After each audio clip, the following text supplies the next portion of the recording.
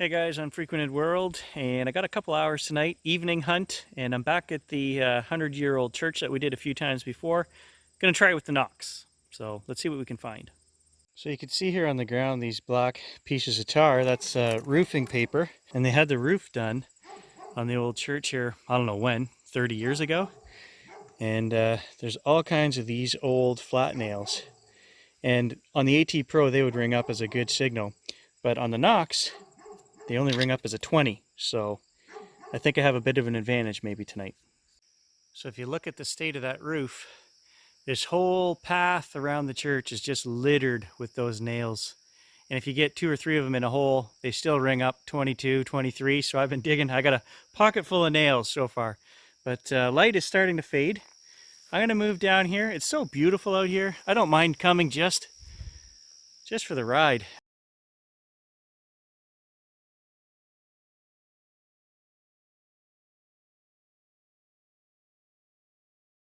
So the old church is here, but it was right down here is where they used to park all the buggies and the wagons. And I've been through here a couple times, but I'm pretty sure there's got to be more stuff.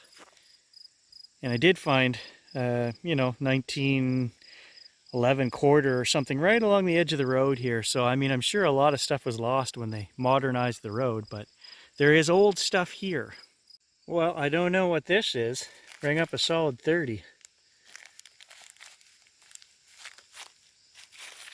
Something in a package. Let's open it. It's got to be modern, I don't know. Well, it's something. It's a cable lock system for the hydro, which is right over there. Guy must have dropped that pack. It was down there 5 inches anyway. So we've got a brand new vintage cable lock system going up on eBay if anybody wants it, including packaging. What the heck? The last one came out of there. Here's another package. There's another one. Would this guy just quit and dump all his equipment? Look, I'll pull the other package out of the bag.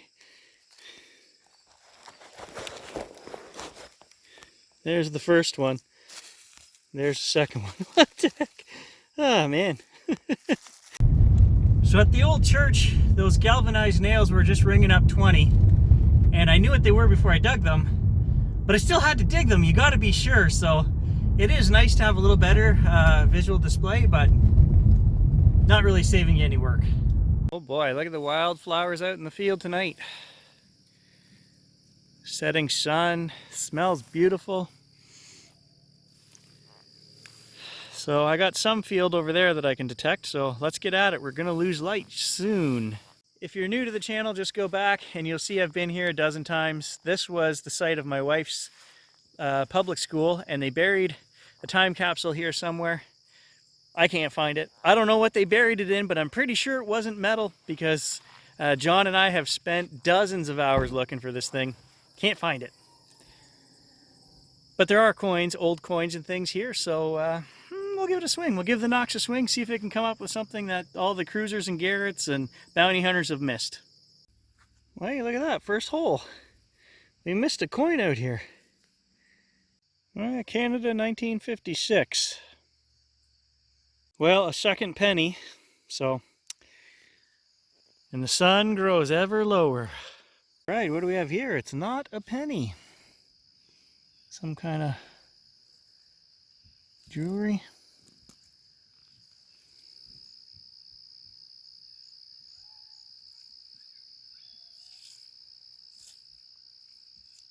Something kids plated, Warner Brothers, China. Okay. Ooh, look at the shine in there. Let's spritz this. Well, I see a couple of characters on the front there. I don't recognize those guys. 1998. But that's not the important part. The important part is that, hey, all those other machines missed that, and it wasn't very far. 6 inches down there. So not a super exciting night, but I accomplished what I set out to do, and that was not sit on the couch and watch TV all night. So I got about 3 hours of detecting in. I got to go see the old church. It smells like country fresh hay out here. It's fantastic. I can hear all the birds and the crickets. Should also mention that if you're new to the channel, guys, I have broken down the metal detecting years by different playlists. So if you go back, you'll see this field. I started on this field with the 1100 Bounty Hunter, and I was so dedicated that back in the day, I used to make grid lines and even in the snow when I was starting. And that's why I'm surprised that there's still anything here to pull out. But here and the church. So if you go back to last year's, there should be some real good adventures of the church where I actually pulled out old coins, copper and silver, and military buttons, cufflinks and things like that from the early 1900s. So check out those adventures. Maybe I'll put a link down below.